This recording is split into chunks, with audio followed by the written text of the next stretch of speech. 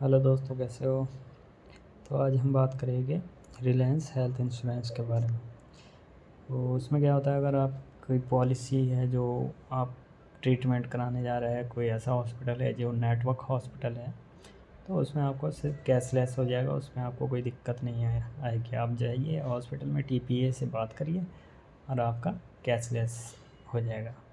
लेकिन अगर आपका कैशलेस नहीं है तो फिर आपको करना पड़ेगा रिम्बर्समेंट की एक थोड़ा सा डिफरेंट है। उसमें आपको क्या करना है, जैसे आप हॉस्पिटलाइजेशन होते हैं, हॉस्पिटलाइजेशन तुरंत बाद आपको ये रिलायंस जनरल इंश्योरेंस की वेबसाइट खोलनी है। यहाँ से आपको जाना है सेल्फ हेल्प पर।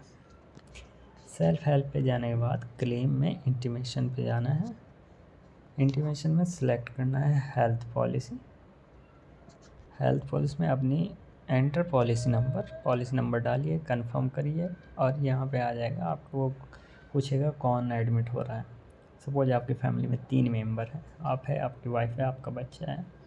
तो आपकी फैमिली में से जो भी एडमिट हुआ है उसे सिलेक्ट करिए, रीज़न डालिए किस वजह से हुआ है और सबमिट कर दीजिए। और उसके बाद सेकंड ऑप्शन होगा डॉक्यूमेंट सबमिट। उसे अभी के लिए, क्योंकि अभी एडमिट हो रहा है तो डॉक्यूमेंट तो होंगे नहीं आपके पास, उसे करिए no document submit. Next stage में जाएगा और इंटीमेशन हो जाएगा, उसमें कंफर्म कर दीजिए। उसके बाद आपको करना है डिस्चार्ज का वेट। जैसे ही डिस्चार्ज होते हैं, आपके पास इंटीमेशन आपने भेज रखा है तो आपको एक मेल आएगा, वहाँ पे क्लेम फॉर्म भी आएगा, हेल्थ क्लेम फॉर्म। तो हेल्थ क्लेम फॉर्म वहाँ से भी डाउनलोड कर सकते हैं या इनकी वेबसाइट से भी जनरली आप डाउनलोड कर सकते हैं। तो इसमें गैप पार्ट ए है, इसमें to be filled by the insured. तो इसमें करना है पॉइंट 1 से आपको to be filled in block letter authorisation, क्योंकि आपने इंटीमेशन कर दिया है तो ऑथराइजेशन आपके पास है। तो आपको type of claim hospitalisation select करना है। अगर आपका ट्रीटमेंट कुछ टाइम पहले से चल रहा था, क्योंकि पॉलिसी होती है जो 1 महीने पहले और 2 महीने बाद तक का कवर करती है, तो प्री एंड पोस्ट हॉस्पिटलाइजेशन कर लीजिए। कोई हेल्थ चेकअप है तो ये कर लीजिए। अगर इससे पहले आपने ओपीडी में जनरली दिखाया है उसी ट्रीटमेंट के लिए, तो ओपीडी चार्ज के लिए आपके पास बिल होने चाहिए, तो आप ओपीडी भी सिलेक्ट कर सकते हैं। फिर आपको जाना है सेकंड पॉइंट पे, पॉलिसी नंबर फिल करिए आप अपना। पॉलिसी टाइप इंडिविजुअल और ग्रुप। अगर आपकी कंपनी ने आपकी पॉलिसी ले रखी है तो फिर आप ग्रुप करिए, अदरवाइज़ आपने अपने रखी है तो आप इंडिविजुअल सेलेक्ट करिए। ग्रुप पॉलिसी है तो आपको कंपनी का नाम डालना पड़ेगा यहाँ पे। ये कंपलसरी नहीं है, लेकिन डाल दे तो बेहतर है, इट्स बेटर। अगर आपकी पॉलिसी रिन्यू है, लास्ट ईयर भी वही पॉलिसी थी, आपने रिन्यू करी है या आपकी कंपनी ने रिन्यू करी है तो यस, और लास्ट पॉलिसी का नंबर डालना पड़ेगा आपको यहाँ पर। कोई agent detail, agent email ID, agent mobile number अगर आपके पास है तो डाल दीजिए, अदरवाइज छोड़ दीजिए। Detail of the insured person in respect of whom the claim is made. जो एडमिट हुआ है उसका नाम डालना है आपको।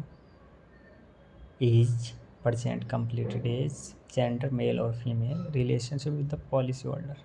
पॉलिसी होल्डर वो होगा, सपोज आप जॉब कर रहे हैं, आपकी भी फैमिली में आपकी वाइफ है, आपके बच्चे हैं, आपकी वाइफ एडमिट हुई है तो पॉलिसी होल्डर आप है, क्योंकि आपके नाम पे कंपनी ले रखी है। तो आप अपना रिलेशन डालिए कि वाइफ है।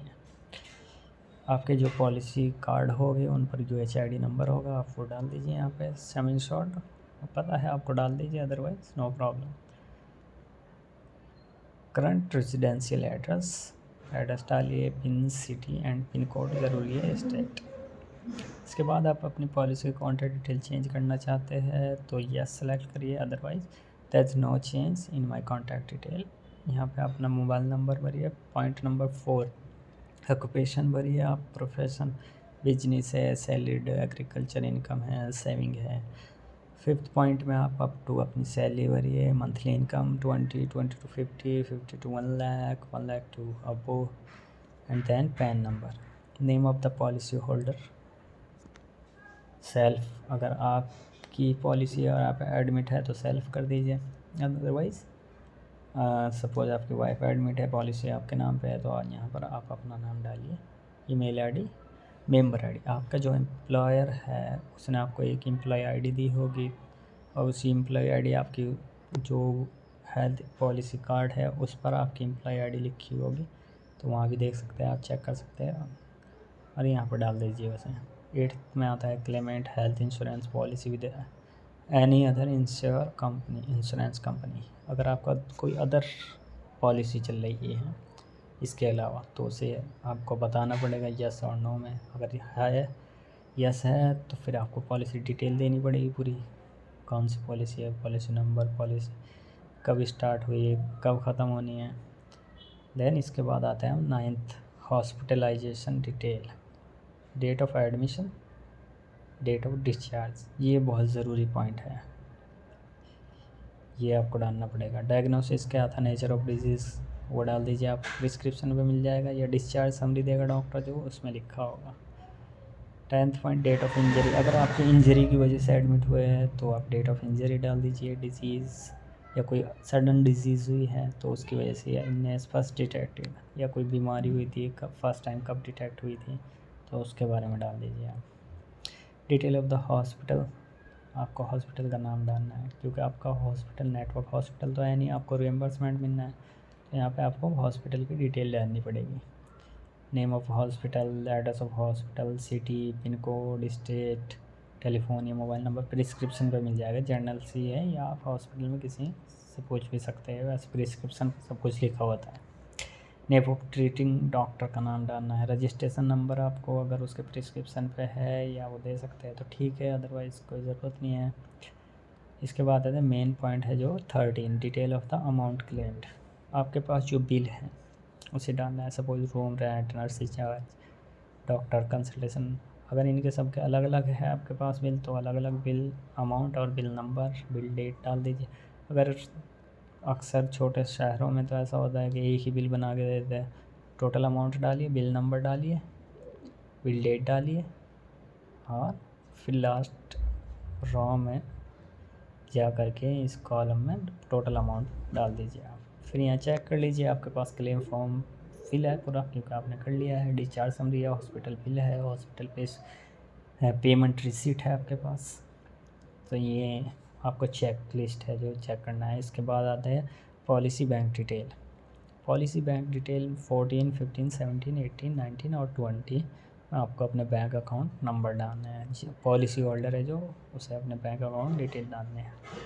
इसके बाद अगर आप चाहते हैं कि आपका आधार के थ्रू हो जाए, आधार आपका बैंक से अटैच है तो आप यस कर दीजिए इसे, अदरवाइज़ छोड़ दीजिए। अगर आप, क्योंकि आप बैंक डिटेल डाल ही रहे हो तो उसमें एनईएफटी के हो जाएगी।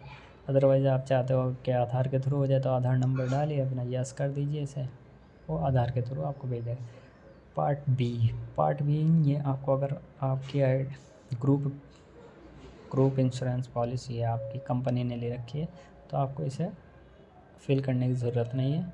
अदरवाइज़ ये डॉक्टर फिल करेगा आपकी, अगर इंडिविजुअल आईडी आपने अपने आप ले रखी है पॉलिसी को तो फिर आप अपने डॉक्टर से बात करिए, वो फिल करके दे देगा आपको यहाँ पे सब कुछ।